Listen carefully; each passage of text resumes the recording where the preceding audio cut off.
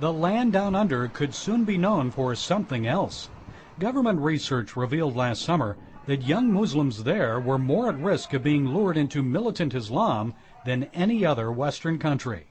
When he was Prime Minister, John Howard took a combative stance against radical Islam and urged Aussies to remain vigilant against incendiary outbursts like these by Sheikh Fez Mohammed, formerly of the Global Islamic Youth Center near Sydney.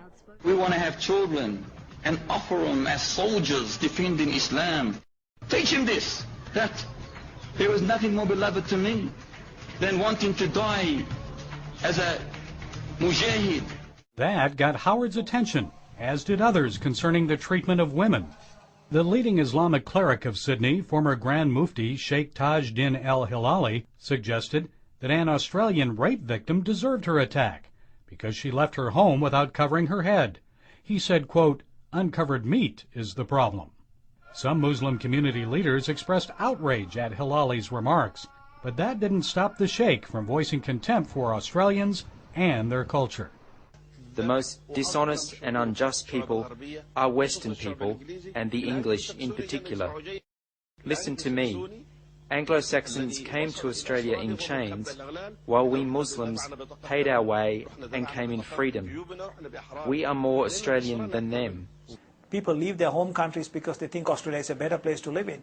And unfortunately, what happens right now is people who come here try to change this country to the place where they come from.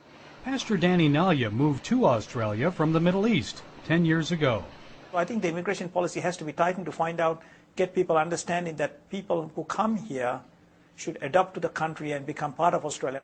The Australian government took steps to do just that. Last year, it began requiring a 20-question test for people applying for citizenship. It remains to be seen if new Prime Minister Kevin Rudd will continue or expand the tougher immigration policy. Pastor Daniel Scott is a Pakistani immigrant and a lecturer on Islam and the Quran. So why does he think some Muslim immigrants have difficulty assimilating into Australian society? He says Islam prohibits them from embracing a non-Islamic culture. And Quran is the holy book of Muslim people. In Surah 3 verse 28, that Muslims should not befriend non-Muslim. And it says, Allah says that if they will befriend non-Muslim, Allah will cut them off from himself. Scott suggests that can lead to Islamic enclaves, isolated neighborhoods and communities within a secular society. They become potential breeding grounds for Islamic extremism. They're places where lessons of hatred and anti-Semitism for Muslim youth can flourish, like these comments, again from Sheikh Fez Mohammed. This creature will say, "Oh Muslim, behind me is the Jew, come and kill him." But all of them. Every single one of them. Those remarks came of no surprise to Scott.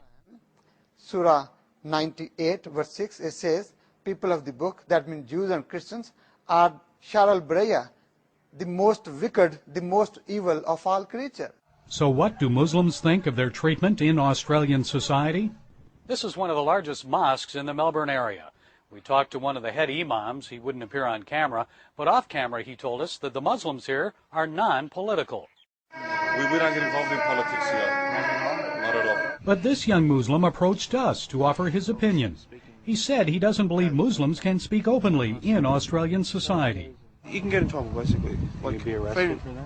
It depends what you say and who you stand up for, you know? Yeah. Like, a simple example, the war between Israel and Hezbollah. Our discussion was interrupted by a mosque elder who took the young man inside for prayer.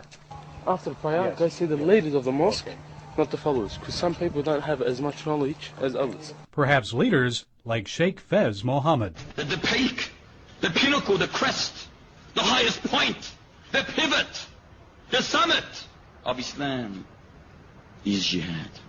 Gary Lane, CBN News, Melbourne, Australia.